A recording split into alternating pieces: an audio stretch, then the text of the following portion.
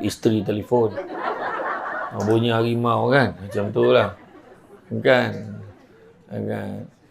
Lagu Datuk Syekh Umi. Datuk Syekh pada anak telefon. Dia dah susun kan? Saya nak tanya, adakah setting ni kita usik hari-hari? Hari-hari ke? Tak, hari pertama je. Dan kemudian, kalau lepas 2-3 bulan tiba-tiba tengok skrin, apa pasal gelap ni? Kenapa gelap? Mana kita akan perbetulkan balik setting. Setting tu adalah niat. Niat dalam hati kita. Kita akan perbetulkan. Itu sebabnya kalau hari pertama saya kerja kenapa? Itu sebab saya pernah ceramah. Ada orang yang, pada yang non-Muslim, dia akan letakkan dia punya niat dia, sebab dia belajar dengan fahaman agama dia adalah buat baik dibalas baik. Jadi itu sebab dia akan buat kebaikan banyak-banyak. So jadi tak masalah lah. Cuma kalau kita pula, kalau kita lupa, kita niat buat benda baik, kita dapat pahala. Dapat benda baik. Mungkin Tuhan akan balas baik. Tetapi dalam Islam percaya satu lagi, kalaulah benda tu benda baik, caranya betul kaedahnya, dan diniatkan kerana Allah, dia boleh dapat satu lagi level, iaitu pahala ibadah. Itu yang kita belajar kerja sebagai satu ibadah. Itu sebab bila saya berceramah untuk bakal pensioner, dia bakal pension sebulan 2 bulan lagi tu, dia kata saya sedih. Sebab dia baru sedar. Assalamualaikum warahmatullahi wabarakatuh. Alhamdulillahillazi arsala rasulahu bil huda wa dinil haqq liyuzhirahu ala dini kullihi walau karihal kafirun walau karihal musyrikun walau karihal muslimun. Subhanaka la ilma lana illa ma 'allamtana innaka antal alimul hakim. Rabbi shrah li sadri wa yassir li amri wa hlul 'uqdatam min lisani yafqahu qawli. Alhamdulillah, syukur kepada Allah Subhanahu Wa Taala, segala puji bagi Allah Tuhan sekalian alam, salat dan salam ke atas junjungan besar Nabi Muhammad sallallahu alaihi wasallam. Terima kasih banyak saya ucapkan kepada puan pengurusi acara, barisan para pegawai kanan dan kiri, tuan-tuan dan puan-puan diberi hormat yang dikasihi sekalian, begitu juga sahabat-sahabat yang bukan beragama Islam. Terima kasih kerana hadir. Insya-Allah ceramah saya boleh didengar dan boleh difahami oleh pelbagai peringkat lapisan masyarakat, insya-Allah. Dan saya seronok sangat hari ini kerana dapat berceramah di sini, kan? Kerana pertama kali, banyaklah pertama kalinya. Samsul Ubat ni banyaklah pertama kalinya, kan? Kata orang Samsul Ubat ni datang daripada Negeri Sembilan. Kata adat banyak kiasan ditunjuk dia, tetapi bukan. Bergulung pendek, panjang direntangkan. Memang takkan faham kalau tak direnungkan. Jadi kalau Samsul Ubat cakap tu kena mendalam maksud dia. Saya seronok sangat first time saya datang. Dan first time saya tak dibenarkan parking kat dalam. Jadi first time lah. First time. Jadi maknanya kena berjalan kaki pula berceramah daripada luar masuk dalam. Jadi itu pertama kali sebenarnya berlaku dalam sejarah saya berceramah sebenarnya. Tapi tak apa. Saya tengok parking kosong ada dalam, tapi tak apa. Siapalah saya, kan? Bak kata orang mendatang macam tu lah. Kena hormat ikut adat tempatan. Minta maaf, tak boleh parking kat dalam. Okey. Saya pun akur pada kehendak orang tempatan. Allahu Akbar. Jadi, masa tadi saya dah fikir dah, stay ke hijrah?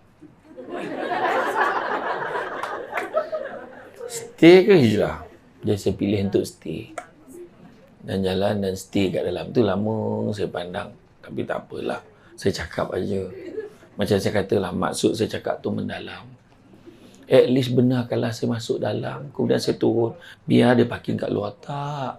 Kat luar. Tak apalah. Bak kata orang, makan sirih berpinang tidak, pinang ada di Kota Melaka. Makan sirih mengenyang tidak, tegah dek budi dengan bahasa.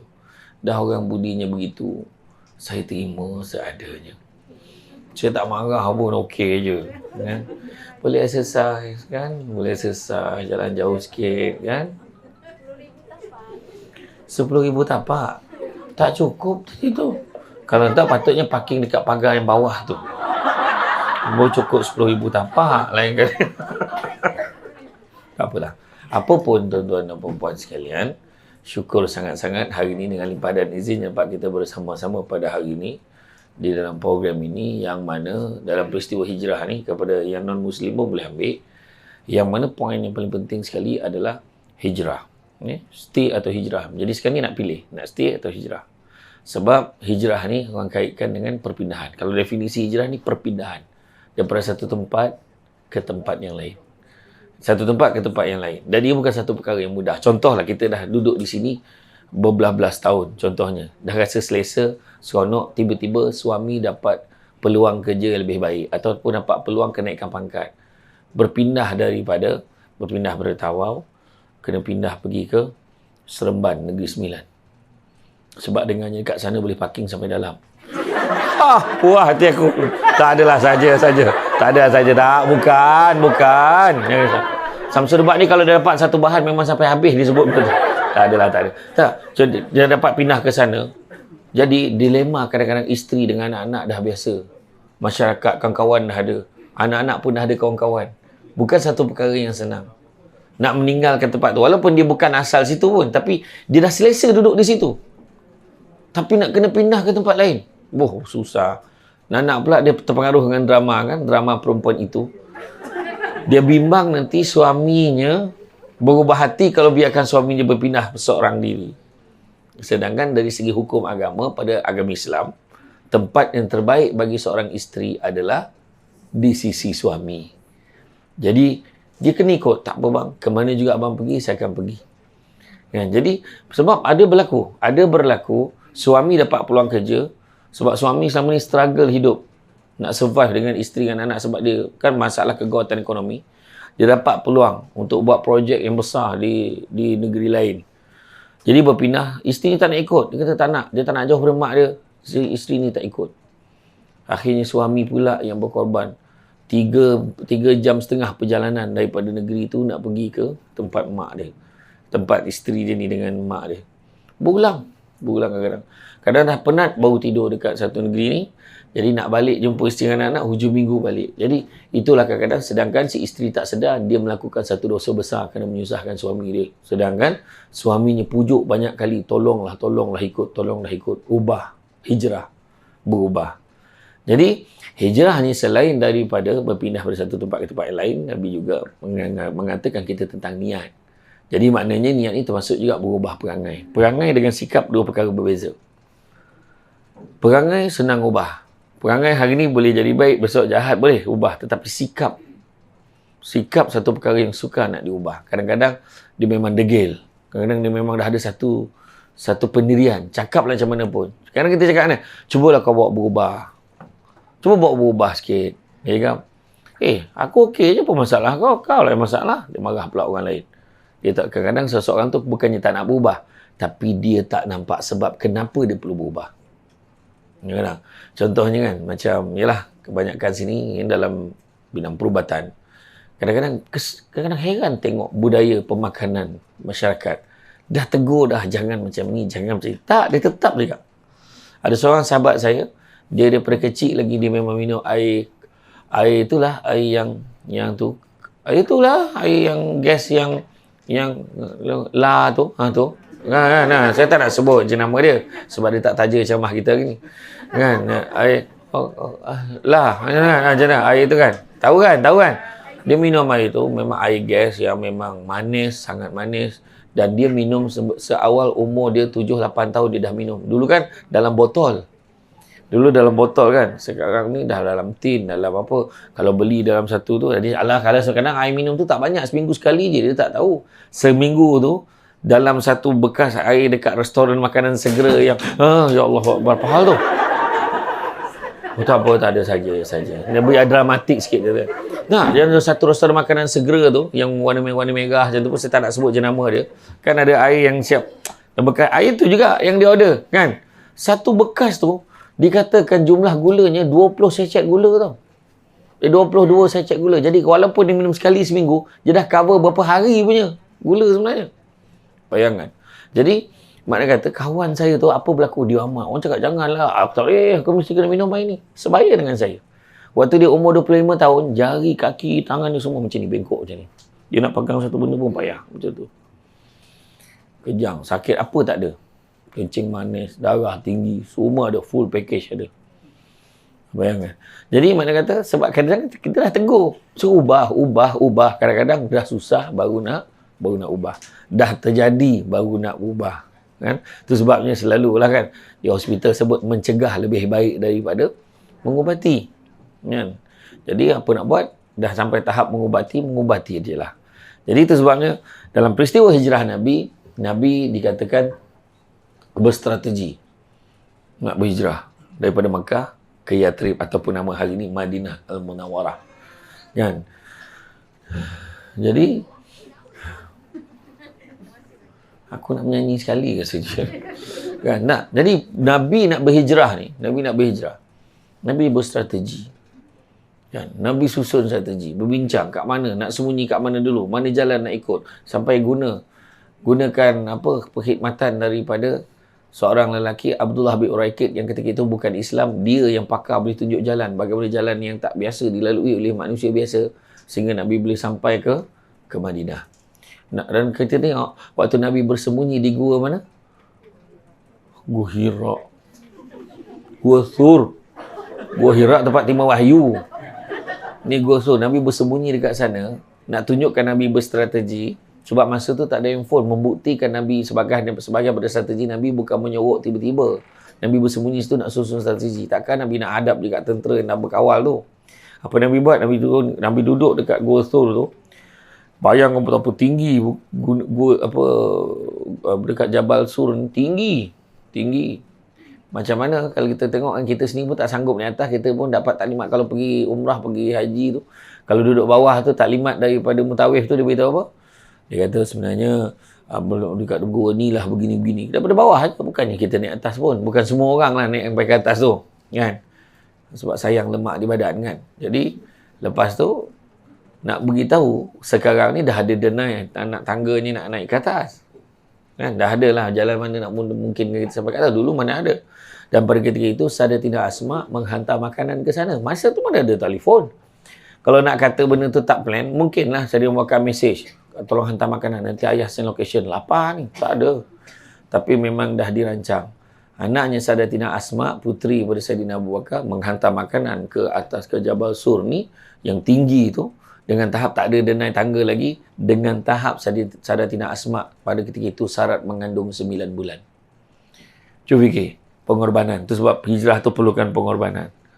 Dan akhirnya sampailah Nabi sampai ke Yathrib. Apa Nabi buat? Nabi persaudarakan antara puak Muhajirin dan Ansar. Muhajirin dan Ansar ni tahu kan? Ansar ni penduduk tetap. Kan, manakala Ansar ni pula, Muhajirin pula adalah golongan yang berhijrah daripada Mekah ke Madinah. Bukan satu perkara yang senang, sebab Mekah adalah merupakan kampung asal kelahiran Nabi. Kan, Nabi nak tinggalkan. Kerana apa? Kenapa Nabi tinggalkan? Nabi tinggalkan kerana itu adalah merupakan perintah Allah Subhanahu Wa Taala. Allah Ta'ala perintahkan. Jadi apa juga kita buat ni, biarlah sebab Tuhan suruh. Bukan sebab terpaksa. Itu sebab Nabi sebut dalam satu hadis, Nabi sebut, wa man kanat hijratuhu ila dunya aw amaratin yankihuha fajratuhu ila ma hajara ilaih. Barang siapa yang hijrah kerana dunia atau kerana wanita yang ingin dinikahinya, nescaya manfaat hijrah sesuai dengan apa yang dituju. Dalam peristiwa hijrah Nabi itu, bukan semua yang ikut Nabi sebab kerana Allah. Tak semua. Ada seorang lelaki, seorang pemuda ikut Nabi sebab dia suka sangat dengan seorang budak perempuan tu. Dan budak perempuan tu ikut Nabi hijrah. Jadi itu sebab dia ikut. Sebab dia nak kahwin dengan perempuan tu. Dah perempuan tu hijrah, dia pun hijrah sama. Jadi dia dapat budak perempuan tu. Dapat kahwin dengan tu. Macam hari ni kan. Bukan semua datang kerana Allah. Tak. Kan? Ada orang datang sebab nak tengok muka dia dekat-dekat. Kan? Ada orang dapat selfie dah. Tapi tak dapat selfie. Dapat. InsyaAllah dia akan dapat. Hari ini kita buka tawaran gambar tegak RM50. Gambar rebah RM150. Jadi masukkan dalam tabung kebajikan Persatuan Perubatan Hospital ni. Okey. Bagus you all. Kan? Rakam tak penat ke pegang. Lain kali bawa lah tripod. Macam tu, lepas tu macam ni pegang. Lepas tu nak gelak tahan. Takut masuk dalam video. Okey. Kan? Jadi makna perlukan perjuangan, perlukan kesungguhan, dan ni dalam tu nak beritahu kita betapa pentingnya niat. Inna a'malu binniat, Nabi kata. Setiap satu amal pekerjaan bermula dengan niat. Apa niat kita? Macam kita bekerja lah. Kan? Dan keluarga kita tadi nak cerita dan keluarga kan. Stay or hijrah. Kan? Stay or hijrah. Kita tahu kan? Kenapa? Apa yang dikatakan sebagai niat ni? Niat ni adalah merupakan satu perkara macam contoh kita beli handphone. Nak beli handphone, kita dah pasang screen protector, kita onkan telefon, nak masuk SIM card semua. Benda pertama kita akan usik adalah gambar, kamera. Tak. Benda pertama sekali adalah setting. Setting kita nak macam mana. Lepas tu apa kita nak install. Apa kita nak masukkan. Setting. Kalau kamera nak pakai 360 ke tak. Kan? Lepas tu kalau brightness nak terang mana handphone tu. Lepas tu volume tu kuat mana. Kalau pekak tu kuat betul. Nak vibrate ke tak. Kan? Kalau caller ringtone. Kalau pengarah telefon. Isteri telefon. Bunyi harimau kan. Macam tu lah. Kan? Lagu Datuk Syekh Umi. Datuk Syekh pada anak telefon. Dia dah susun kan. Saya nak tanya, adakah setting ni kita usik hari-hari? Hari-hari ke? Tak, hari pertama je. Dan kemudian, kalau lepas 2-3 bulan tiba-tiba tengok skrin, apa pasal gelap ni? Kenapa gelap? Mana kita akan perbetulkan balik setting. Setting tu adalah niat. Niat dalam hati kita. Kita akan perbetulkan. Itu sebabnya kalau hari pertama saya kerja kenapa? Itu sebab saya pernah ceramah. Ada orang yang, pada yang non-Muslim, dia akan letakkan dia punya niat dia, sebab dia belajar dengan fahaman agama dia adalah buat baik dibalas baik. Jadi itu sebab dia akan buat kebaikan banyak-banyak. So jadi tak masalah lah. Cuma kalau kita pula, kalau kita lupa, kita niat buat benda baik, kita dapat pahala. Dapat benda baik. Mungkin Tuhan akan balas baik. Tetapi dalam Islam percaya satu lagi, kalaulah benda tu benda baik, caranya betul kaedahnya, dan diniatkan kerana Allah, dia boleh dapat satu lagi level, iaitu pahala ibadah. Itu yang kita belajar kerja sebagai satu ibadah. Itu sebab bila saya berceramah untuk bakal pensioner, dia bakal pension sebulan 2 bulan lagi tu, dia kata saya sedih. Sebab dia baru sedar, 25 ke 30 tahun dia servis dalam sektor kerajaan. Buat benda baik. Bagi perkhidmatan pada masyarakat. Tapi dia terlupa untuk niat kerana Allah. Alangkah ruginya kita. Ya? Niatkan kerana Allah, dapat pahala ibadah. Benda baik, diizinkan oleh Allah, niatkan Allah, dapat pahala ibadah. Itu sebab pentingnya setting. Niat tu penting. Itu sebabnya kita ni nak berjaya dalam hidup kita. Kalau kita perbetulkan niat kita, aku nak jadi manusia yang baik. Aku nak jadi manusia yang mendengar cakap. Aku nak jadi manusia yang patuh pada arahan. InsyaAllah kita boleh berjaya. Sebab semua tu diletakkan pula dengan yang paling tinggi sekali, iaitu niat kerana Tuhan, niat kerana Allah. Kita boleh berjaya. Itu cerita dia. Kan? Sebab apa? Orang yang niat kerana Allah, dia takkan ada rasa kecewa dengan apa juga yang berlaku dalam hidup dia. Mungkin akan ada rasa kecewa, tapi dialas, dilapik dengan hikmah di sebaliknya. Contohlah, kita nak sangat berubah hidup kita. Kita pun nampak pelaburan patuh syariah. Ada gambar Samsul Debat ni. Kita pun masuklah 1,000, 2,000. Sebab yakin, wah scammer. Kena tipu. Benda tu tak baik, betul? Benda tu tak baik. Menyebabkan duit simpanan kita habis. Contoh.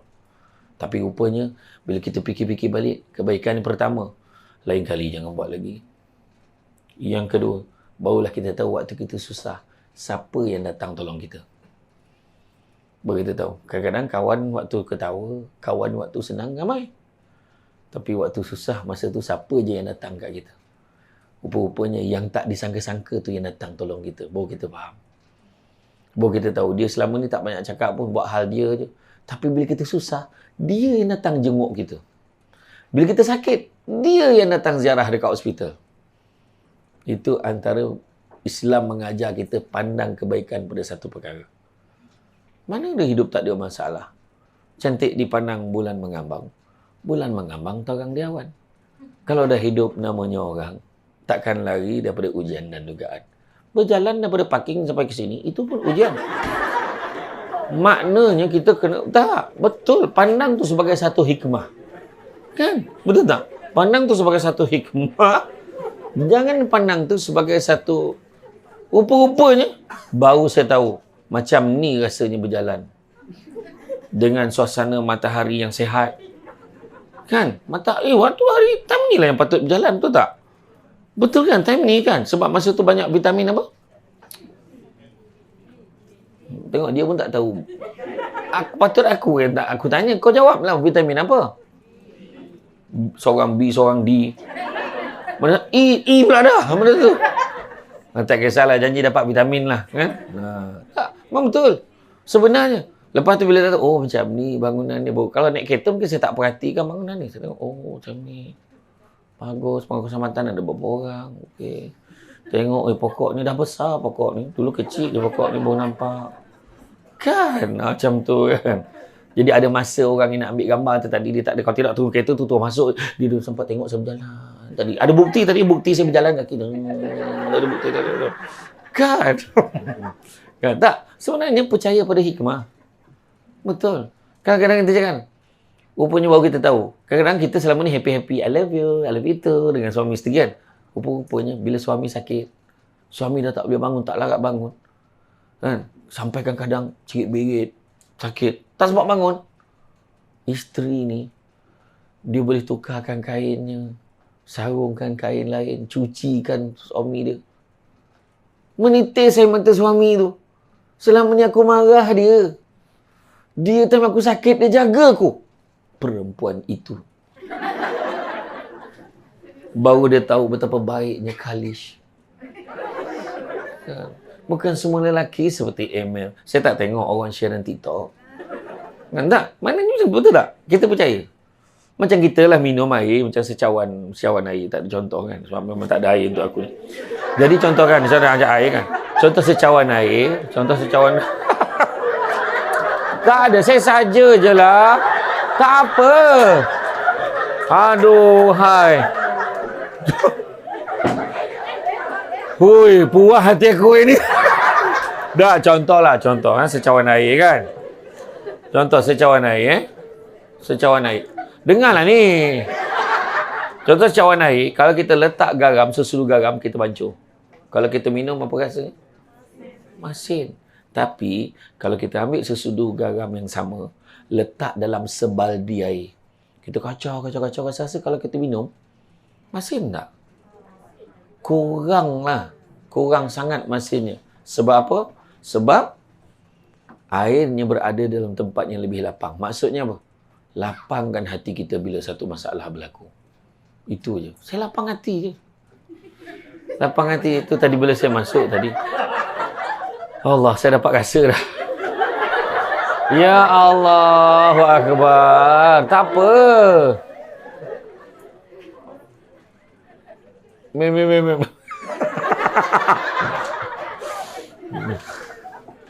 Ada mesej sampai. Nah, macam itulah. Jadi maknanya kata kalau kita lapangkan hati kita. Ada masalah lapangkan hati. Agaknya ada sebab Tuhan bagi aku ni. Ada sebab Tuhan bagi aku ni sakit. Sebab aku boleh berehat. Sama ni aku kerja tak berhenti. Kerja. Kan? Kadang kan kita jadi nurse ni pening kepala dengan sister. Tak sakit-sakit ke sister ni? Asyik kita je yang MC. Asal tu lepas tu dia marah kita MC. Dia tak pernah MC je. Dia sakit dengan pakai koyok pun datang ni. Dia tonton lah kan. Kan sister. Kan? Contoh. Kan? Kita cakap. Lepas tu mulut bisa pula tu. Bukan kat sini lah. Saya dah check dah. Sini tak ada. Di tempat lain. Tempat lain lah macam tu kan. Jadi makna kata lapangkan hati. Itu sebab ujian akan datang dalam hidup kita. Kan? Ujian akan datang. Mana ada manusia tak? Itu sebab kita kena baca hikmah. Tanam tebu di tepi rumah. Cabut ubi sampai ke akar. Kalau hidup percaya pada hikmah. Selaut garam terasa tawar. So, percaya pada ujian-ujian yang datang pada kita ni. Ada hikmah di sebalik dia. Itu sebabnya, kalau hidup dalam dunia ni, itu sebab kenapa kita buat majlis ilmu hari ni. Kan? Sudah tentunya hari ni adalah hari yang paling menggembirakan kita. Sebab buat ceramah seperti ni. Betul tak? Buat ceramah hari ni. Kan? Hari Isnin. Kan? Maknanya tak payah kerja. Kan? Jadi tak adalah, bukan.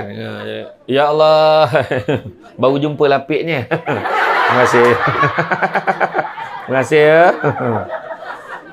Betul, masjid. Nah, contohlah kan, itu saya kata tadi, kalau kita letak sesudu garam ni, memang masjid. Nah, sebab macam ni lah. Macam tu lah kita kalau bagi, kita bagi dekat tetamu, macam tu lah. Selain daripada parking siapkan tadi kan. Kalau kita bagi air minuman kan, jemput kat suami, bagi kat suami, abang jemput minum bang. Jadi bila suami tu dapat, suami dapat kan, dia kata, terima kasih, suami kata. Suami pun pegang bismillahirrahmanirrahim. Ni katalah duduk ni. Suami tak berdiri, bismillahirrahmanirrahim. Oh, sedap betul. Walaupun air kosong, tapi dia rasa bahagia sangat tau. Dia rasa bahagia sangat. Sebab dia hulur macam ni tau. Isteri hulur macam ni, suami ambil macam ni. Nampak tak? Tapi kalau kita bagi macam ni, bang, minum bang. Minum bang. Suami pun ambil macam kelab malam tu. Tu sebab penting. Tak, benda ni jangan pandang ringan. Itu sebab dia sebutkan kekayaan yang paling besar adalah akal. Kemiskinan yang paling besar adalah bodoh. Keburukan yang paling buruk adalah terpesona pada diri sendiri, dan semulia-mulia perbuatan adalah akhlak yang baik. Saya ulang balik. Sebab ramai yang tak salin. Saya ulang balik. Kekayaan yang paling besar adalah akal. Kemiskinan yang paling besar adalah bodoh. Keburukan yang paling buruk adalah terpesona pada diri sendiri, dan semulia-mulia perbuatan adalah akhlak yang baik. Betul lah. Akal, kalau kita berilmu, insyaAllah, kita buatlah apa-apa pun. Kaya tu maksudnya kita boleh campaklah mana-mana, kita boleh hidup, insyaAllah. Pergilah sana. Oh, dia ni ada ilmu. Dia, tiba-tiba kita balik kampung kan. Alamak, demam, tak apa. Lepas sini tengok. Macam mana dia boleh tahu? Rupanya dulu pernah bertugas kan? Dekat sanakan, bahagian perubatan. You ada pernah kerja, pengalaman tu. Akal, kekayaan yang paling besar. Kenapa ni? Tak tahulah, Pahal. Tak tahu, nak mati kot. Kita tak tahu sebab ilmu tak ada. Miskin sangat. Tak boleh harap pada ni. Orang takkan berharap pada kita. Keburukan yang paling buruk adalah terpesona pada diri sendiri. Syok sendiri. Rasa diri bagus. Ada tak orang macam tu? Ada. Orang yang tak cantik, rasa diri dia tak cantik. Orang tu cantik sebenarnya.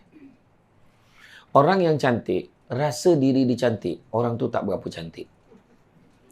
Orang yang cantik, tapi rasa diri dia tak cantik. Ya Allah, cantiknya dia. Tapi kalau orang tu tak cantik, rasa diri dia cantik. Boleh bayang tak betapa buruknya perempuan. Jadi macam tu lah. Macam orang yang nyanyi lagu tak sedap. Dah tahu suara tak sedap. Kenapa kau nak mengaku kau tu penyanyi nombor 1 negara? Contoh. Saya tak sebut Malaysia mungkin Zimbabwe ke Burkina Faso, tak tahu. Kan? Patutnya kau nyanyi bagi saudara mara dengar dulu. Saudara mara kau komen apa? Saudara mara yang baik akan pesan, kalau kau sayangkan keluarga ni, tolong jangan nyanyi. Keluarga kau cakap macam tu kan. Jadi maknanya kau faham lah. Macam tu lah betapa buruknya suara kau tu kan. Yang faham, tak faham sudah. Betul lah. Betul tak? Jadi jangan kita syok sendiri kan. Tapi kita kena buat penilaian, kena tanya, aku okey tak? Tak. Tu terang cakap lah. Suara kau ni, kau layak buat pengumuman je. Contohlah kan. Jadi janganlah kau menyanyi. Nampak tak? Dan yang keempat, semulia-mulia perbuatan adalah akhlak yang baik. Nampak? Sampainya tadi dekat depan pintu pagar tu. Pengawal keselamatan tu dah sambut. Oh ya cik, silakan parking. Bagus dia bagi parking yang redup, bawah pokok dekat luar sana. Dia tak nak kereta tu panas. Bagus tak? Ada lepas tu Syak tunjukkan jalan. Dewannya di sana cik. Nampak? Tu adab. Nampak tak? Berjalan. Kemudian disambut pula. Selamat datang. Yang 3 orang tu lah pegang. Selamat datang. Macam tu kan. Siapa tu yang 3 orang tadi? Mana 3 orang tadi? Mana tadi? Dewan sebelah. Dia tengok live ke? Dia tengok macam mana tu? Dia ada kursus di sebelah. Kursus sebelah. Ya, kesian dia orang. Dia kursus apa kat sebelah? Untuk bagian tulang. Bagian tulang? Saya nak sangat dengan camah tulang tu. Okey. Jadi makna kata, semulia-mulia perbuatan adalah akhlak yang baik. Jaga akhlak kita, jaga perangai kita, cara kita bercakap, cara kita menegur. Jumpa dia tu bagus tu. Minta tolong dia, mesti tolong dia. Nampak? Akhlak yang baik. Jadi, kita ni dalam hidup kita ni, kita kena faham. Kita nak stay atau nak hijrah? Berubah menjadi lebih baik. Sebab Nabi kata apa? Prophet Muhammad dia beritahu, Tidak ada lagi penghijrahan selepas Fatu Makkah. Yang ada cuma tadi gelak elok bila tanya ni koma. Darah tak jalan, oksigen tak sampai ke otak dah sana. Pahal lah pula. Tiba-tiba brain dead kan. Faham lah ni? Kan? Tapi okey lah macam tu. Senyap tu okey lah. Saya pernah camah kat satu masjid kat Kuala Pilah. Saya camah maulud. Makcik, apa maksud selawat makcik? Apa maksud selawat? Lalu satu makcik tu jawab. Nak camah-camah je lah. Tanya pula. Dah kena marah pula. Itu soundnya ku. Ni okey lah. Senyap tu okey lah kan. Tak apalah. Jangan risau pencamah. Biasa tanya dia akan jawab balik semula. Jangan risau. Jadi, tak ada penghijrahan selepas Fatu Makkah. Yang non-Muslim pun boleh ambil apa yang saya cakap ni. Iaitu, yang ada cuma niat dan jihad. Contoh kadang-kadang kan, di kalangan staf-staf lelaki kan. Contoh kalangan staf lelaki. Kita suruh berubah. Bukan senang. Niat pun susah. Kan macam-macam tak percaya. Takkanlah niat pun susah. Susah. Sebab niat ni mesti dalam hati dia ada. Tak ada dalam hati pun tak ada. Contoh berhentilah mokok. Kan berubah muka. Nampak? Ada yang berubah lah. Yang memang tak mokok tak apa. Yang memang mokok nampak. Gelap besar. Tak dapat. Saya pernah ceramah dekat satu masjid kat Simpang 4 kat Pulau Pinang. Sebelum masuk jambatan kedua Pulau Pinang tu. Ada satu masjid. Dekat dinding masjid tu ada notis. Fatwa pengharaman rokok. Dia bagi dalil ayat Quran dengan hadis. Jadi kesimpulan dia membawa kepada hukum pengharaman rokok. Ada seorang pakcik tu dia boleh baca notis tu sambil isap rokok. Macam tak ada apa-apa je. Nampak tak? Sebab bukan senang. Macam contoh kan, nak kurus. Bukan senang kan? Bukan senang. Kan? Sebab nak pula, macam ni. Bukan tak nak kurus. Tengah sedap makan. Kan? Sebab saya yakin lepas ni kan, ada makan kan? Ada tak makan? Kan jangan jalan dah jauh ni. Tak ada, tak kisah pun. Ya. Bukan senang tau. Nak pula jadi penceramah. PA saya kadang dah telefon tau penganjur-penganjur. Samsul Rebat dia nak makan buah je. Tak payah siapkan makanan yang berat-berat. Siapkan buah je. Dah pesan lah. Tapi kadang ada masjid-masjid tertentu. Hajat orang kampung Ustaz. Nak juga tu. Kepala kambing menghadap muka aku. Macam mana? Kan? Nak ditolak kan tak boleh kan? Makan je lah. Itu sebab tu. Jadi mana kita cuba. Tapi bila kita nak buat, kita niat satu perkara. Jihad perjuangan nak buat tu satu perkara. Saya dah amalkan dah. Dulu saya pernah buat tu. Stopkan 4 benda putih. Nasi, gula, susu, tepung. Stop memang cepat. Nasi, gula, susu, tepung. Stop. Pagi, makan salad dengan apple hijau. Dah potong-potong salad dengan apple hijau. Kita packing kan. Pagi ambil 1 pack. Minum air kosong je. Jangan minum air manis boleh lah pagi sekali. Kemudian pukul 10 makan pisang 2 biji. Bukan 2 tandan tau. 2 biji. 2 tandan dah kenan beruk tau. Makan 2 biji. Lepas tu pukul 12 sampai pukul 2 masuk gym. Masa tu TV Hijrah bayar session saya 2 jam dekat gym. Hui, kalau tak biasa keluar macam pantang bersalin tu. Bila keluar, jangan main-main. Pukul 2 sampai pukul 5 kita loading makan. Makan ayam atau ikan yang dibakar sahaja. Kalau boleh bakar dengan olive oil. Minyak zaitun. Lepas tu kalau lepas pukul 5 nak makan lagi, lepas pukul 6 masih rasa lapar nak makan lagi, makan buah yang dapat lepas ceramah. Saya rasa-rasa dapat buah. Saya rasa-rasa lah. Tapi tak tahulah. Hospital ke pusat perubatan memang tak ada benda lain dalam kepala dia. Buah aja kan. Macam tu lah. Kan? Saya rasa. Jadi makan buah lepas ceramah. Jadi memang dalam banyak-banyak 4 benda putih tu paling susah nasi. Tapi 2 minggu je. Lepas 2 minggu kita akan okey. Kita dah biasa dah tak makan nasi. Saya last makan nasi malam tadilah. Dengan tim saya malam tadi ayam penyet kan. Dan last maknanya saya belum start lagi lah. Kalau kau hidangkan aku makan je lah.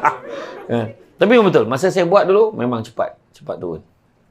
Cuba buat kan. Jadi bukan senang. Saya ceritakan mak saya. Mak pagi makan ni. Salad dengan apel hijau. Pukul 10 makan 2 biji pisang. Lepas tu tengah hari mak masuk gym. Pukul 2 sampai 4 makan ikan dengan ayam yang dibakar sahaja. Mak saya kata apa? Kau berhentilah jadi orang. Dia tu.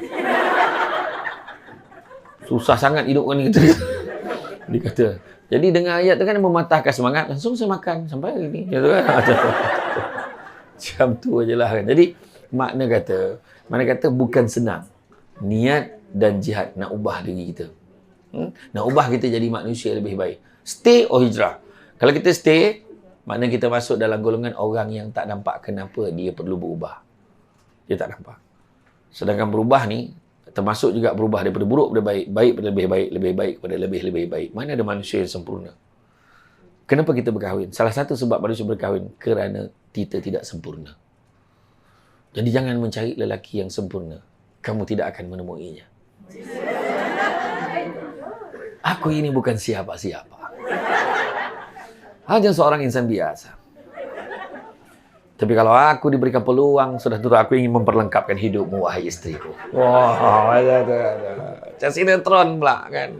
Iya. Itulah yang disebut dalam bahasa orang sanakan tu apa? Reciprocal process. Saling lengkap melengkapi. Ni dia sanakan yang atas bukit kat hospital. Macam tu lah bahasa dia. Saling lengkap melengkapi. Mana yang suami kurang, isteri bantu lengkapkan. Faham? Mana yang suami kurang, isteri bantu lengkapkan. Faham? Faham tak? Dia ada beza faham dengan setuju. Faham tak? Faham. Setuju tak? Kenapa pula? Kita ni ceramah ni, stay or hijrah ni, hijrah kepada positif. Jangan fikir buruk.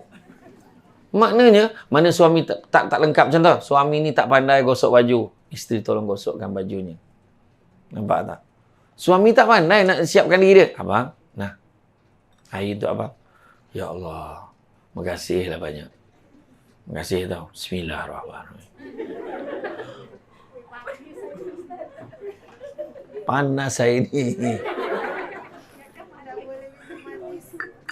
Allahu Akbar.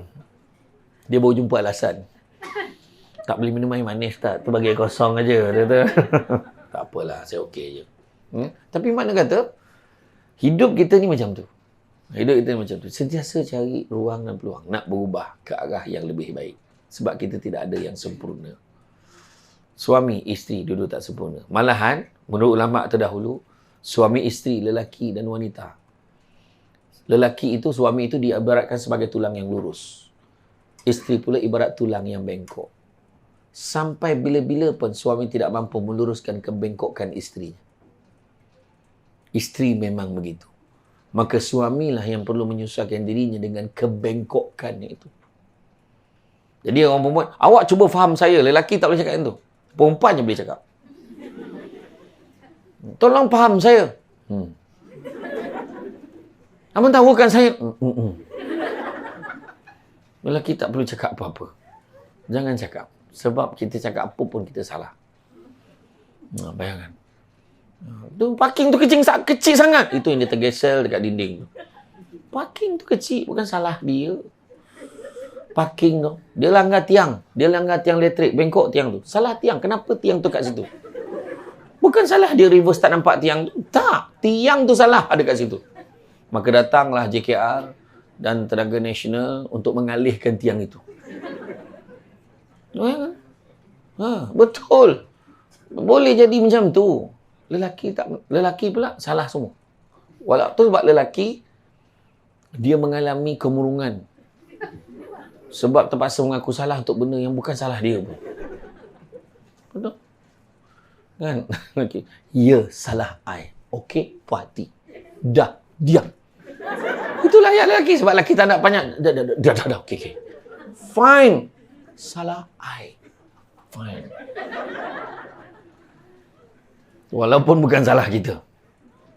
Kan? Itulah lelaki. Terpaksa menipu. Menerima hakikat. Walaupun bukan salah dia.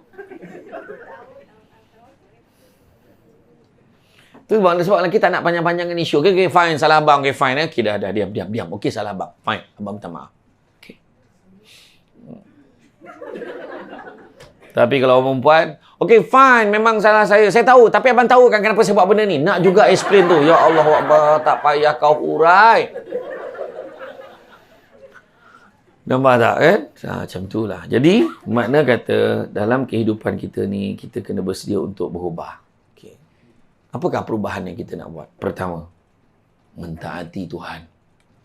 Taati Allah SWT. Orang perempuan bangun pagi, sama-sama ngajak suami beribadah. Pada agama Islam, ikutlah fahaman masing-masing kan. Bangun pagi macam mana, you all, macam mana. Kan? Pada yang Islam, bangun pagi kadang-kadang orang perempuan ni dia gemar lepaskan nyawa dia dulu. Dia bangun di semasa sesuatu. Allah. Bismillahirrahmanirrahim. Macam dia seorang nak masuk syurga. Lepas tu dah habis bersalam. Assalamualaikum warahmatullahi wabarakatuh. Assalamualaikum. Lepas tu dia lap. Dia pandang suami atas katil. Neraka lah orang tua ni. Hamba sedap ni.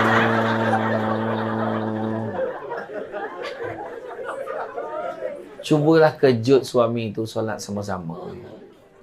Abang, bangunlah. Abang, bangun, subuh. Abang, kalau macam tu lah cara kejut, sudahnya dua-dua tak subuh. Kau mengejut ke mengajak ni?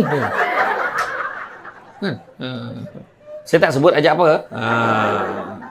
Masalahnya Ustaz, susah nak bangun lah Ustaz. So, ada kaedah kejut. Kejut seolah-olah rumah terbakar. Bangun bang, api. Mana? Mana? Api neraka. Dia kata, jangan ambil dia. Hei, kau ni bagi takut aku je lah. Kadang tu lah bangun. Dia nak bahagia rumah tangga ni 4 ni. Solat sama-sama. Tidur sama-sama. Saya muda-muda, saya tak risau. Ramai muda-muda, saya tak risau. Dah meningkat usia sikit, mula halau suami tidur luar. Pergi tidur luar. Nyemak aja. Suami tu datang, baru pegang. Nak mati untuk ni. La ilaha illallah. Hari ni berlaku tau. You all, ada tak you all buat kajian? Orang lelaki banyak kemurungan sebab dia nak tu something dalam bilik tu macam minta sedekah tau. Dekat luar gagah ni. Pengarah. Ada ke pengarah sini? Tak ada. Tak ada. Kejap lagi datang. Pengarah lelaki perempuan? Lelaki. Tunggu dia datang. Dekat luar garang ni. Dengar gumpa kau. Diam. Steady. Jom makan. Dia minum. Kuat power ni. Alah, takut bini. Bener. Come on lah. Sekali dalam bilik.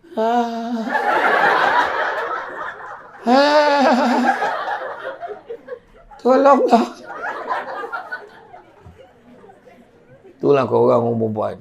Jangan seksa suami macam tu. Layan, kata Nabi apa? Layanlah suami kamu walau di belakang unta sekalipun. Maknanya kalau suami kata, on tak on? On. Macam tu. Tapi janganlah sesaja kau cari belakang unta tu. Maksudnya suami tu kalau minta, jangan tak bagi. Abang, kalau tak boleh cakap, wah penat sangat lah abang. Macam tu. Ini suami. Apa nak mati sangat ni? Pahal. Allah, janganlah macam itu. Suami kadang siap buat surat tu. Ada kali saya merujuk pada perkara tersebut di atas. Dengan ini saya memohon satu segmen bersamamu. Pada malam ini mulai jam antara 9.30 malam hinggalah jam 12.30 malam. Besarlah harapan saya agar pihak puan dapat meluluskan permohonan ini. Sekiranya permohonan ini tidak diluluskan, saya bimbang akan berlaku malapetaka huru-hara di dalam rumah tangga ini. Jawapan segera pada pihak puan. Saya dahului dengan ucapan terima kasih. Kau tahu dia minat apa kat situ? Akan dipertimbangkan. Kau ajar betul. Jawab aja lah. Lulus. Ada lelaki tu. Dia datang jumpa dia satu ustaz tu. Macam mana ustaz? Isteri saya tak nak dia layan saya. Tak nak dia layan. Dia kata dia sibuk lah. Dia kerja itulah, inilah. Balik lambat lah, itulah. Ya ke? Kamu dalam berapa kali dia layan kamu? Yang kamu ingat lah. Dalam setahun tu adalah 2-3 kali. Ya Allah. Apa teruk sangat. Itulah. Tak apa, pagi dia jumpa saya. Dia datang memang. Samsing betul. Assalamualaikum. Bahal Ustaz. Dosa Ustaz tu. Betul ke kamu tak layan suami kamu? Saya sibuk lah Ustaz. Saya ni kan sister. Contoh. Saya tak cakap sister mana-mana. Saya sibuk, saya jaga kat ni, lepas tu pesakit banyak, penyakit banyak, lepas tu tambah katil tambahan lagi, apa semua nak jaga lagi, nak layan panggil doktor lagi, apa semua. Saya tahulah, dalam setahun ada. Tahukah kamu? Wah, Ustaz kata. Bahawa pahala melayan suami kamu. Ustaz ni fikir apalah helah nak bagi. Sekali kamu layan suami kamu, 10 Yahudi mati pahala dia. Tak payah pergi Palestin, Israel, tak payah. Layan suami sekali, 10 Yahudi mati. Macam tu. Malam tu lain macam. Suami ni, Assalamualaikum, dekat pintu. Salam. Biar betik. Kan? Bukan sister sini, tempat lain. Kau jangan pandang sister ni je. Berapa ramai sister kat sini? Ni semua sister ni. Lepas tu, malam tu, lain macam isteri aku ni. Kalau tahu dulu lagi buat jumpa ustaz tu. Waktu makan tu kan, tak makan ke? Tak apalah, tengok abang pun dah kenyang. Uish. Masa tu ada 2 candlelight. Segala binatang dia masak ni. Lepas tu dah makan, sembahyang maghrib, lepas sembahyang maghrib, sembahyang isyak. Lepas sembahyang isyak, merangkak isteri ni pergi ke depan. Abang, apa dia? Jom kita bunuh Yahudi. Dia ajaknya bunuh Yahudi. Kemudian pukul 2 pagi. Abang, apa dia? Ada lagi Yahudi nak kena bunuh ni. Dia kejut lagi. Tak berhenti pula dia. Pukul 4 pagi. Bang, 10 lagi Yahudi bang. Astagfirullahaladzim. Lepas tu pukul 5 pagi. Bang, apa dia? Subuh. Ingat apa tu? Suami pun bangun, masuk bilik air, mandi. Lepas tu tengah tunggu azan kan. Tengah duduk, tunggu azan. Isteri dia rapat. Bang, apa dia? Macam sempat lagi bang. Kau ni nak bunuh Yahudi ke nak bunuh aku? Kata suami. Jangan main-main orang lelaki. Sekali orang perempuan nak, kau tahu. Tu dia. Tapi betul. Jangan biarkan suami begitu. Layan je. Tidur sama-sama.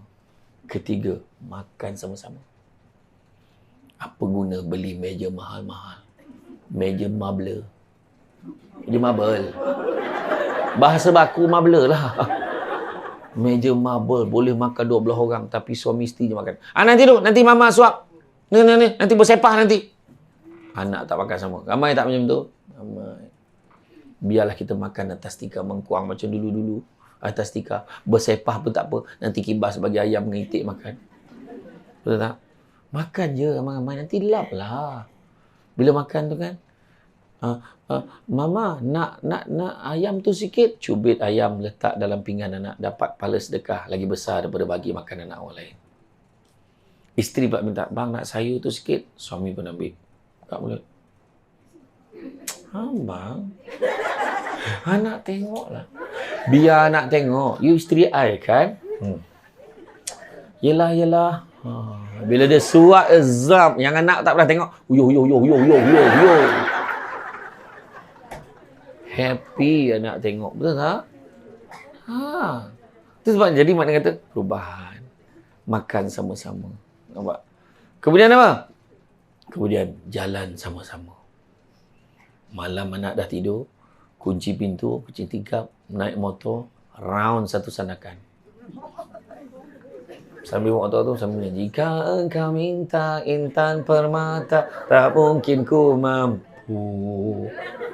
Isteri akan nyawa. Tapi sayangkan ku capai bintang dari langit untukmu. Sampai dekat roundabout yang kecil kan. Tap. Bocor. Kau lah ni BLM. Berat lebih muatan. Dia marah bergaduh. Jauh tak adalah jauh sangat nak balik rumah. Tolak kan tengah malam. Mana ada kedai buka. Dia tolak motor tu. Tolak motor dalam 30-40 km macam tu. Yang isterinya Allah beratnya helmet ni. Buka helmet tu, pegang sebelah. Sampai kat hujung tu buka pula tudung. Rambut dah kembang. Jalan ke kanan. Bawah. Sampai kat taman perumahan tu lalu jiran-jiran nampak semua tutup tingkap. Tutup. Tutup. Semua takut tengok. Esok tu semua tanya suami ni. Man, malam tadi kau ke yang tolak motosikal tu? Ya, aku. Kenapa kau hati-hati, Man? Kenapa pula aku tengok ada lembaga ikut kau malam tadi? Itu bukan lembaga, tu isteri aku. Macam tu lah. Ya. Jadi maknanya kata, mentaati Allah. Ya. Kemudian kedua, didik isteri dengan anak-anak. Didik isteri dengan anak-anak. Suami kena didik isteri. Pastikan isteri pun dapat ilmu. Cantik teluk, pantainya landai. Tambat perahu, tepi kuala. Biarlah buruk kain yang dipakai, asalkan penuh ilmu di dada. Nampak tak? Kemudian ketiga, sediakan nafkah dengan secukupnya. Kan? Pastikan isteri, anak-anak dapat duit belanja yang cukup. Suami tak kerja, Ustaz, dia kena usaha. Sikit buat cara sikit. Nafkah tak semestinya banyak. Kan? Tak ikut kemampuan masing-masing. Kalau suami tak mampu, isteri boleh bantu. Kan? Boleh bantu. Jadi kemudian, jadi penjaga. Protect ahli keluarga dia. Jika dengar isteri tak sihat. Tak sihat, abang. Tak tahu pening kepala. Mari sini. Ambil minyak. Picit. Menurut statistik, suami pening kepala, isteri picit lebih tinggi berbanding isteri pening kepala, suaminya picit kepala. Betul? Kalau isteri sakit kepala, kalau suami sakit kepala cepat. Dah tahan nak mati sangat ni. Sakit. Tapi kalau suami ni minta tu, "Bang, sakit kepala." Kau ni sikit kepala. Nak mati sangat dah. La ilaha illallah. Kesian, betul tak? Betul. Susah nak cari suami yang misali. Yang ramainya suami misalnya. Misalnya. Kan, bagi contoh aja. Tapi dia tak buat. Kan? Itu penting. Peneman kepada isteri dan sahabat kepada anak-anak. Nampak peneman pada isteri. Kadang-kadang waktu kritikal, isteri perlukan teman. Contohnya waktu bersalin. Cuba tengok yang jaga wad bersalin. Siapa jaga wad bersalin? Kadang-kadang ramai orang kan. Ramai lelaki dia tak nak teman pun isteri dia bersalin. Apa alasannya? Takut apa? Takut darah. Tanya dia balik. Kau tahu tak siapa yang menyebabkan isteri kau berdarah? Banyak sih. Temankan isteri. Rakan bersalin kan? Ya kan? Temankan isteri. Saya dah bagi petua dah. Lelaki nak temankan isteri kalau takut darah. Senang je. Dalam labor room, pandang muka isteri. Jangan pandang tempat lain. Sayang, sabar. Pandang muka isteri. Sebab belum pernah lagi orang perempuan bersalin, darah keluar kat muka. Sakit bang. Aku takut macam tu. Kan? Teman. Dan jangan salah cakap dalam labor room. Sakit bang. Sabar sayang, sabar. Sakit bang. Sabar. Tu je cakap. Jangan salah cakap. Sakit bang. Ya abang tahu. Mana abang tahu? Dah kena marah dah. Mana dia tahu? Memandai je orang lelaki. Apa yang paling sakit dalam hidup dia? Sunat. Berkhatan itulah yang paling sakit dalam hidup dia. Itu pun tak ada siapa yang sanggup mengulangnya sekali lagi. Kan? Cakap dengan anak bukan main, tak sakit. Macam gigit semut je. Cuba ayah sekali lagi tengok. Diam ayah dia. Tapi orang perempuan, walaupun sakit bersalin, tahu tak sakit bersalin dia macam mana? Sakit bersalin ibarat 20 tulang rusuk dipatahkan serentak. Itulah hebatnya kesakitan yang orang perempuan tanggung dan tahan selama ini. Itu sebabnya bila suami tegur teman, ya Allah sakit ni bang. Sabar. Sakitnya bang. Sabar. Sekali keluar baby tu. Lepas daripada penat sangat. Mengalir air mata di pelupuk mata suaminya itu. Ya Allah. Sudah, dia kata kat isteri dia. Tak usah beranak lagi. Tak usah, abang. Takkan seorang je anak kita cukup. Abang tak sanggup tengok isteri abang sakit macam ni. Betul takkan seorang je anak cukup bagi orang lain pula. Kalau kau cakap macam tu, terbuka balik jahit dia kau. Jangan main-main. Jangan bergurau macam tu, lelek bro. Tak adalah bang gurau je. Jangan bergurau macam tu. Kesian. Okey. Kemudian, didik anak-anak. Ajar anak-anak beribadah. Ajar anak buat benda-benda baik. Ajar anak tentang adab. Ajar anak tentang bagaimana menghormati orang tua. Ajar macam mana cara nak bercakap dengan baik. Kan? Kalau mencari pokok berbuah, pucuknya lebat, dahan berdaun. Kalau nak jadi insan bertuah, duduknya beradab, tegaknya bersantun. Ajar anak-anak kita. Bila kita balik rumahnya, anak kita tegur, Mama tak sihat dia. Mama dah pakai ubat ke belum? Allah baiknya anak. Sejuk apa? Sejuk perut ibu mengandung. Sejuk hati. Sejuk perut ni kembung tau. Sejuk hati sebenarnya. Kan kau cakap, ya Allah anak mama. Kan macam tu. Mana ada anak mama? Mana ada? Jangan nak bohong lah kan. Itu betul kan. Kemudian menjaga maruah keluarga. Orang perempuan jaga maruah suami. Orang lelaki jaga maruah isteri. Jangan buruk-burukkan pasangan. Isteri aku tu tak pakai. Apa pun dia tak tahu. Menyampah aku jangan. Isteri pun sama. Kalau adalah orang burukkan suami kita. Aku tengok suami kau macam tak kerja je. Apa dia buat kat rumah tu? Dia kerja sebenarnya kak. Cuma dia banyak buat kerja part time. Cuma sekarang tengah cari kerja tetap lah. Akak doa sama ya. Mudah-mudahan dia cepat dapat kerja tetap. Ya ke? Yalah. Ingatkan dia tak ada kerja tadi. Ini tak. Dia sama pula dengan orang tu. Tengok suami kau tak kerja. Di rumah dia buat apa kat rumah? Memang menyusahkan orang. Mati lagi baik. Jangan. Jangan macam tu. Jangan. Kena sangka baik. Kena jaga maruah suami. Kemudian tidak keterlaluan dalam menghukum. Jangan hukum suami. Jangan hukum suami untuk kesalahan-kesalahan kecil pun. Dah, lepas ni tak nak masak untuk abang. Jangan makan lagi. La ilaha illallah, jangan. Kesian. Suami balik ni, bahasa kita kena baik. Senyum. Depa tangan. Jangan tanya soalan yang salah. Suami baru balik. Baru balik bang. Memang dia baru balik. Kenapa kau tanya? Baru balik bang. Tak, baru nak pergi buta. Kan dah dapat. Siapa suruh? Kan patut suami balik. Abang. Tangan depa. Sebab kata Dr. Fadilah Kamsah, peluk isteri akan memanjangkan usia 4 saat. Ada hormon adrenalin yang dia akan dibebaskan tu. Bila dia peluk, memanjangkan usia dia 4 saat.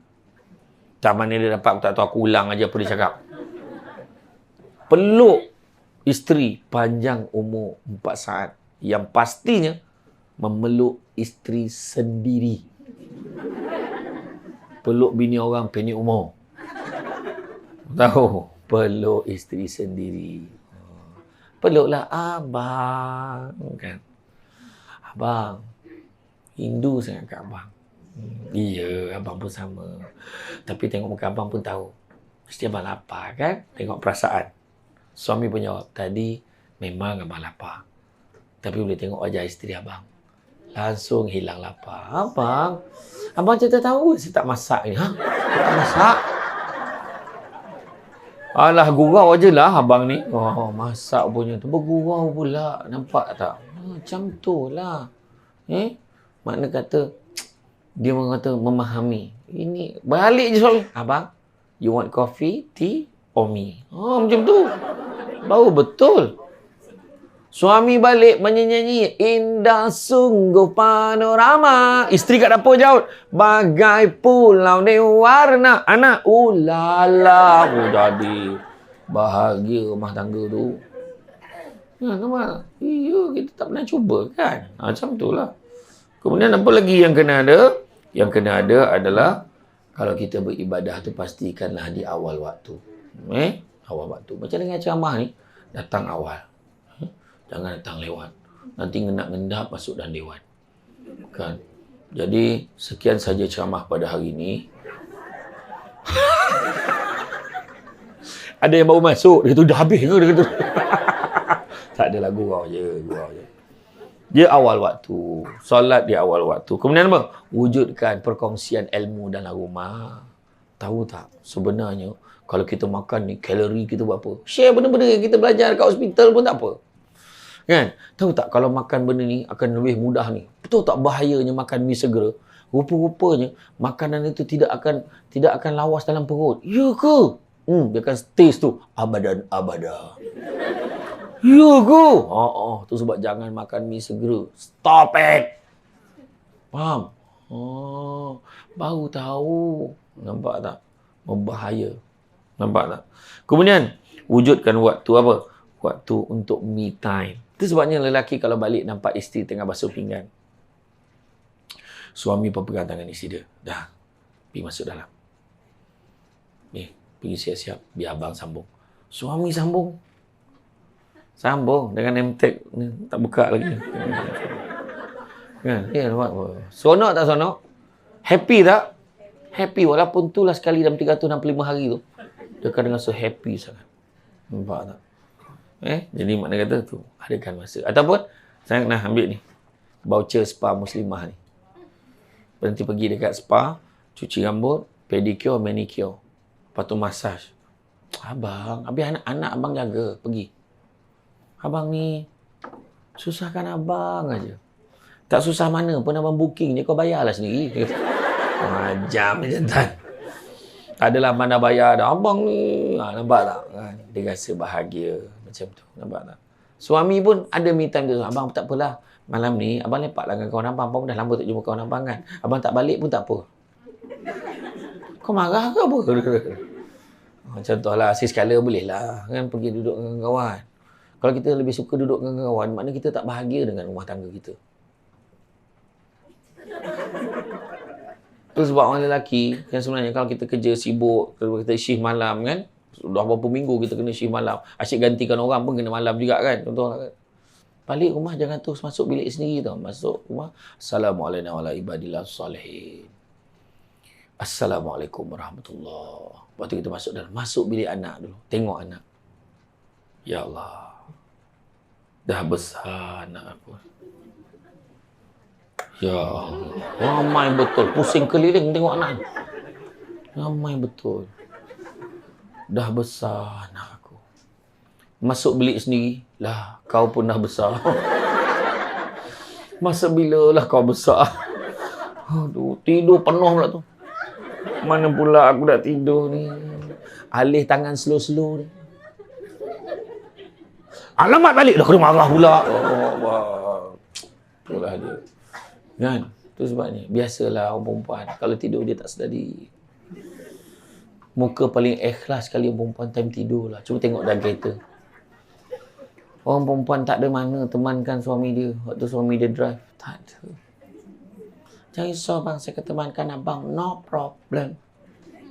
Baru selekoh pertama.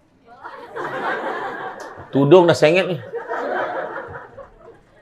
Suami terpaksa buat ngelak lubang. Mana bang? Tengok cara gelak tu makna biasa dah tu. Betul. Kan? Kemudian apa? Kemudian begitu juga. Ya, jangan kita sibuk melayan telefon bimbit ketika pasangan ada di sebelah kita. TikTok. Sudah banyak. Jangan. Baik lelaki, baik wanita. Baik suami, baik isteri. Time suami atau isteri dia sebelah, letak tepi telefon. Telefon aja. Hidup nyawa kau. Mana ayah kau? Ayah dah 2 hari, mak tak balik. Apa pasal? Faham tak? Layan suami dengan sebaik-baik mungkin. Kan? Kemudian, sebutkan nama pasangan dan anak-anak dalam doa. Sebut. Ya Allah. Bahasa Melayu pun tak apa. Doa macam majlis rasmi kerajaan negeri. A'udzubillah minasyaitanirrajim. Bismillahirrahmanirrahim.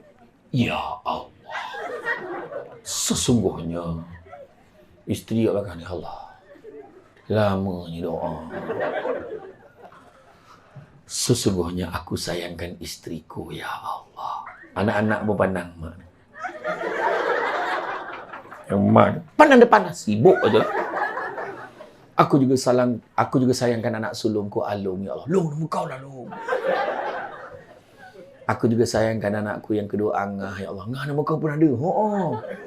Aku juga sayangkan anakku yang ketiga Alang, ya Allah. Alang, tahu tak apa. Jawab tu. Ya Allah. Sesungguhnya anak sulung kami Alung ini harapan keluarga, ya Allah. Dia bakal, Alung dah macam ni dah. Dia bakal menghadapi SPM pada tahun ini, ya Allah. Berikanlah dia 12A, ya Allah. Berubah muka Alung.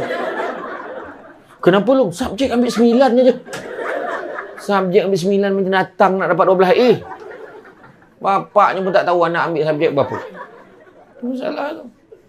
Tetapi dalam bab doa, orang perempuan kena dengar betul-betul doa suami. Kadang-kadang dia ikut macam imam kat masjid kan, antara dengar dengan tak dengar. Auzubillahi Bismillahirrahmanirrahim. Alhamdulillah. Jannah. Na'udzubika min kawan nas.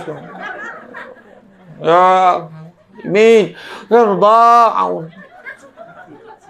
Macam tu lah. Kan ada dengar, ada tak dengar. Hati-hati. Dengar doa suami. Ya Allah. Berikanlah aku. Ya Allah. Aku dah lama lagi, ya Allah. Pemudahkanlah urusanku untuk Ya Allah. Mudah-mudahan tidak urara disetujui, ya Allah. Isi kat belakang. Amin. Amin, ya Allah. Amin, ya Rahman. Lulus. Makbul. Hati-hati. Kalau dengar macam tak jelas, ya Allah, kau berikan aku. Ya Allah. Isteri belakang. Kuat sikit. Orang perempuan, ya orang perempuan. Tu gelak kesawan tu. Sabar kah? Dia dah bunyi, besar. Kak, saya nak tanya. Mengaku tak orang perempuan degil dengan suami? Mengaku tak? Mengaku tak kamu tu degil? Mengaku, bagus. Jadi suami kadang-kadang nak melembutkan hati doa. Ya Allah. Kau bukakanlah hati isteriku, ya Allah. Sigap belakang. Sesungguhnya dia seorang yang degil, ya Allah. Isteri kat belakang. Dia pun sama. Menyaut pula. Kau tak menjawab tak boleh. Dalam doa nak menjawab juga. Kan? Ya. Kan? Macam tu. Banyakkan sebut nama pasangan. Kemudian apa? Hindari sikap malas. Terutama suami. Dekat rumah kadang-kadang. Tu perangai suami. Orang perempuan kena faham. Lelaki tak boleh dengar arahan banyak. Dia satu arahan pada satu masa. Dan kena jelas. Abang, buang sampah. Jangan risau. Dia akan pergi ambil sampah dan dia buang. Sampah dalam plastik tu je dia akan buang. Dalam sinki yang ada sampah tu dia akan biarkan. Sebab apa? Luar bidang kuasa. Abang, yang kat sinki tu kenapa tak buang sekali? Kau ni mana satu kau nak? Kau suruh buang, kau dah buang dah. Kau nak apa lagi? Susah kan? Kena cakap, bang, abang boleh tak tolong buang sampah termasuk yang dekat sinki tu? Kena cakap macam tu. Lelaki ni macam tu. Lelaki ni tak boleh dengar 2-3 arahan pada satu masa. Tak boleh. Itu kelemahan lelaki. Orang perempuan lain. Buang sampah, dia tahu dah. Dia pergi sampah nak buang. Dia fikir dah. Itu orang perempuan. Orang perempuan boleh buat 2-3 kerja pada satu masa. Itu sebab dia sesuai jadi jururawat. Dia boleh cek bacaan darah orang ni. Dia boleh tengok orang depan tu sakit apa. Yang ni dah mati ke belum. Dia boleh cek 3. 3 tu dia boleh cek dalam masa yang sama. Betul tak? Iya. Orang lelaki tak mahu dia. Memang dia tunggu ni mati, baru dia cek orang tu. Dia cek orang ni sakit apa. Terbalik pula. Bukan dia. Bukan nanti dulu. Dia ni sakit lain. Dia cek orang ni. Orang lelaki dia tak boleh. Orang lelaki tengah menaik. Ajak berbual. Aku ada benda nak cakap ni. Jap. Penting ni. Apa dia? Cakap cepat. Orang lelaki macam tu. Tapi perempuan lain. Saya tengok PA saya masa saya kerja jadi bos dulu. Jadi pengarah undang-undang dulu. PA saya sambil-sambil menaik. Ni telefon bunyi ni. Kawan tengah gosip kat belakang. Dia boleh tak. Halo, mana ada? Pandailah kau. 3 dalam 1 dia boleh buat tau. Jangan main-main. Dia boleh buat tu. Tu sebab orang perempuan, dia boleh masak-masak, dia masuk ikan, biarkan, dia boleh lap meja makan, dia boleh terbalikkan sofa, tepuk-tepuk bantal, dia pergi balik terbalikkan ikan, tak angus. Orang lelaki kalau dapat dia masak mi segera tu kat dapur tu, selagi mana dia akan menghabiskan usia muda dia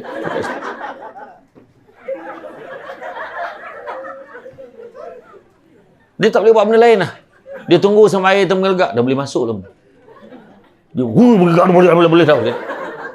Itulah orang lelaki. Jangan bagi 2-3 arahan pada dia tak boleh tangkap. Abang balik nanti jangan lupa goreng telur lepas tu mandikan anak. Habis hitam anak tu dia goreng.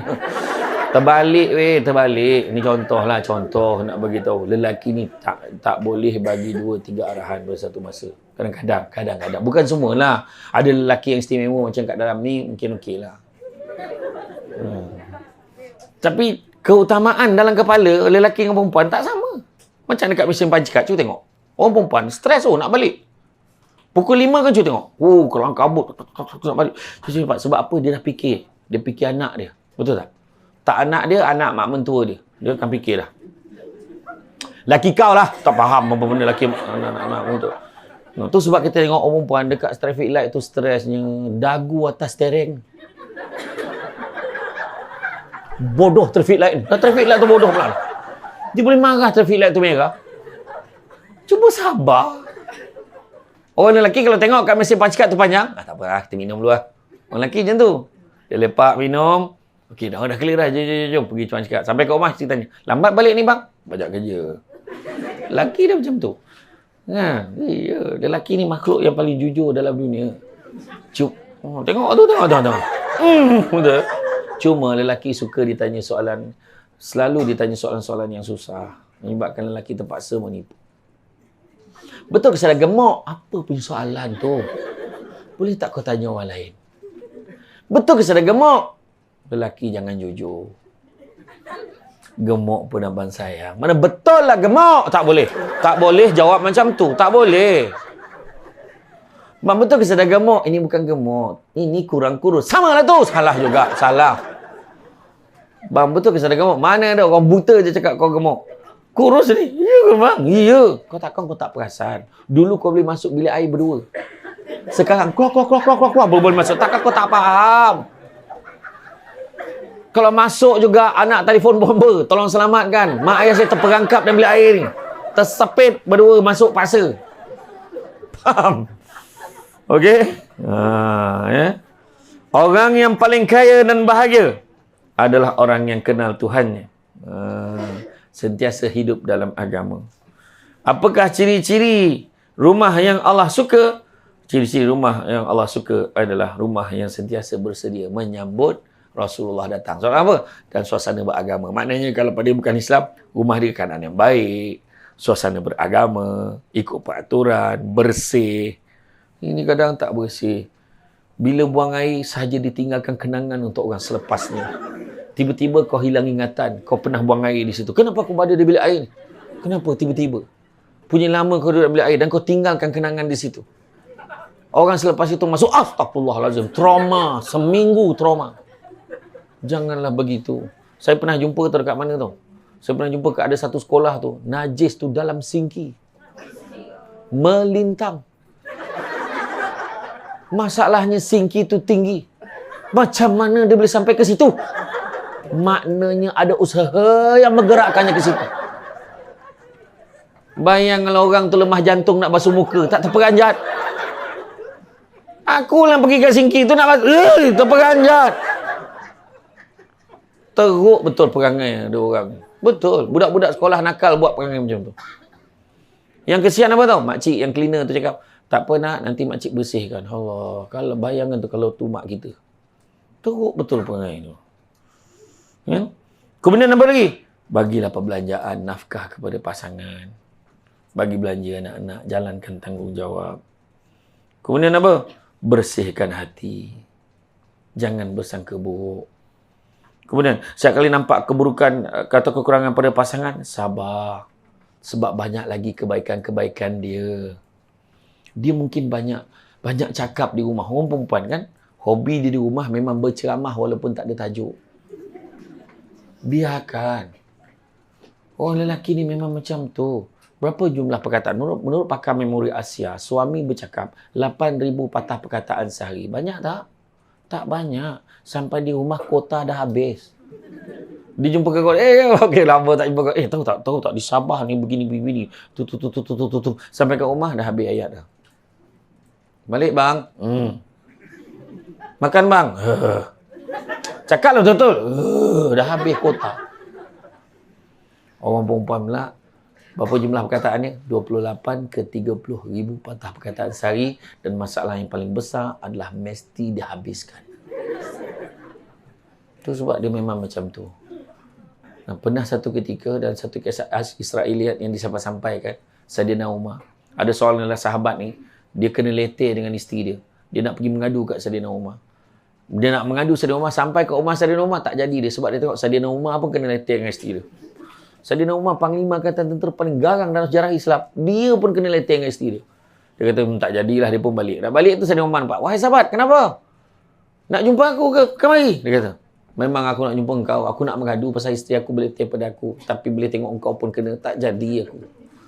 Dia kata, sebenarnya aku tahu orang perempuan ni kuat berletih. Tetapi, anggaplah itu sebagai satu hiburan. Apa sangatlah yang dia cakap kalau nak dibandingkan dengan apa yang dia buat. Dia banyak bercakap, tapi dia jaga makan pakai aku. Dia banyak bercakap, dia jaga makan pakai anak-anak aku. Dia masak untuk aku. Dia siapkan pakaian aku. Dia perkemaskan rumah aku. Maka apa sangatlah yang dia cakap tu. Betul tak perempuan? Makna kamu mengaku kamu berletih. Kan? Orang perempuan ni berletih paling lama pun 4 minit je. Betul tak? 4 minit je. Lepas tu diminum air, dia dah harga, diminum, kemudian dia sambung balik. Itu je lah. Jadi kena sabarlah banyak-banyak. Ya? Kemudian apa? Setiap kali buat kebaikan, jangan harapkan pujian dari pasangan, tapi harapkan pengiktirafan daripada Tuhan. Kan? Suami tak puji. Masak sekali pun tak puji. Benda tak? Kadang-kadang dia tak perlu puji. Tapi satu hari tu, waktu kita dah berusia emas. Masa tu umur dah 55 tahun katakan. Abang dah pencen bang. Abang kali ni abang dah pencen. Abang nak nikmati kehidupan abang bersama dengan isteri abang ni. Yang selama kini jaga abang, makan pakai abang. Masakan yang terbaik dan sepanjang hidup abang. Setelah 50 tahun dia sebut. Kan? Masa tu dia punya maksud tu, makna dia lebih besar. Kalau hari-hari sedapnya tak semestinya. Betul tak? Belah, saya ingat abang sama ni tak tahu saya masak sedap. Abang tahu.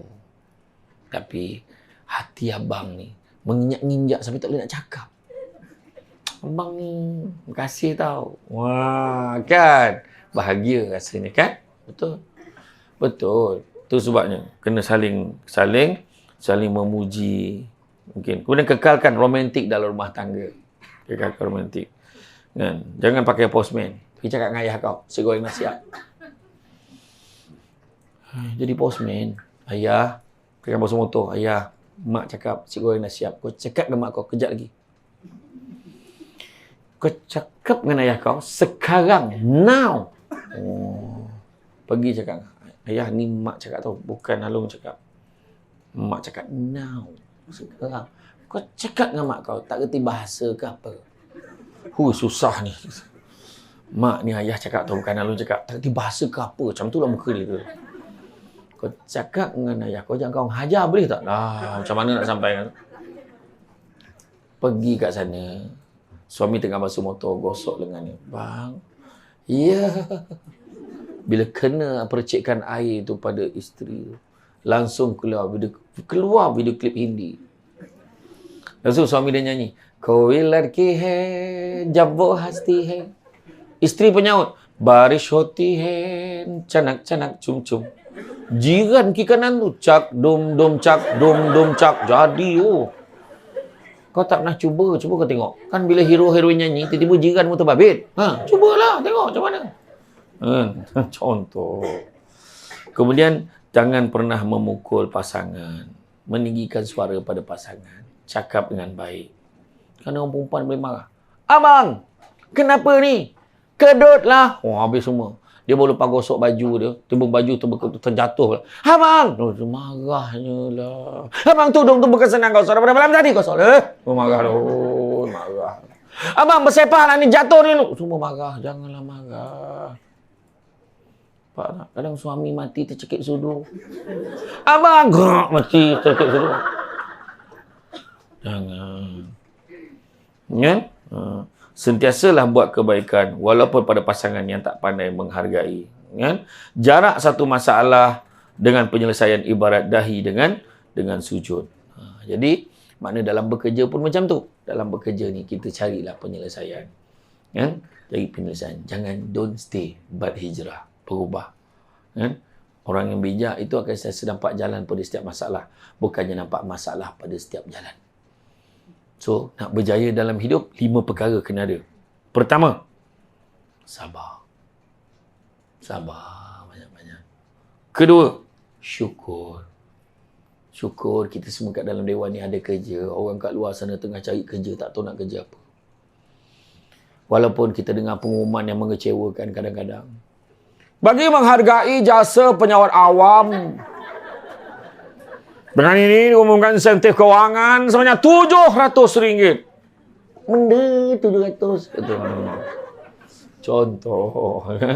Sabar. Kalau saya jadi Menteri Keuangan, saya akan umumkan bonus sebulan gaji kepada penyawat awam.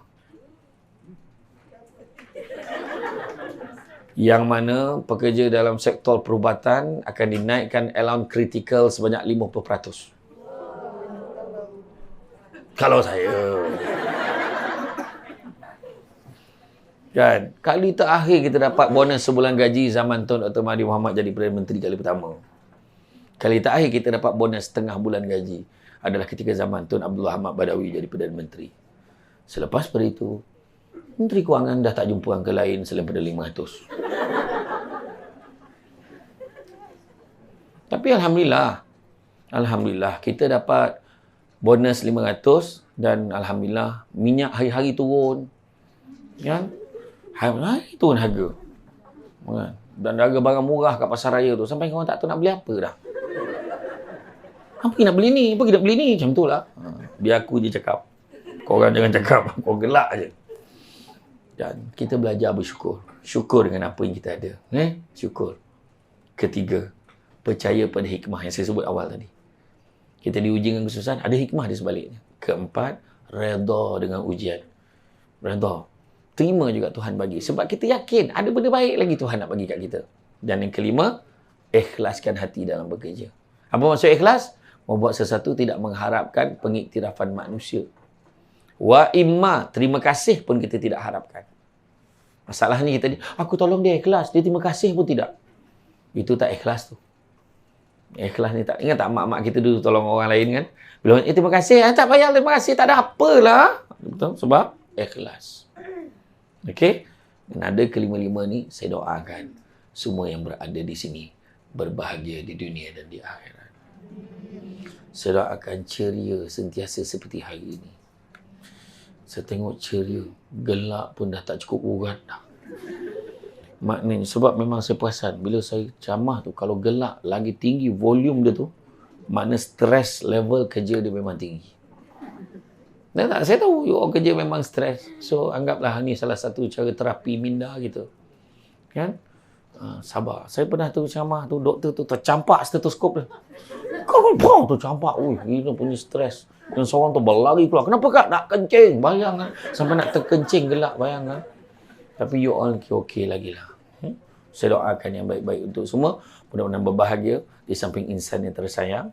Dan mudah-mudahan berjaya dalam apa juga bidang yang diterokai. Jadi, tuan-tuan dan puan-puan sekalian, rasanya cukuplah sekadar itu. Ada apa-apa soalan nak tanya? Ada soalan? Bismillah. Kami peluang sementara Ustaz. Okey, saya ulang balik belah sini. 1, 2, 3, 4, 5, 6, 7. Okey. Tak apa kalau siapa nak tanya, boleh tanya melalui laman TikTok, boleh tanya melalui laman Facebook, boleh tanya insya-Allah mana sempat saya jawab, saya akan jawab.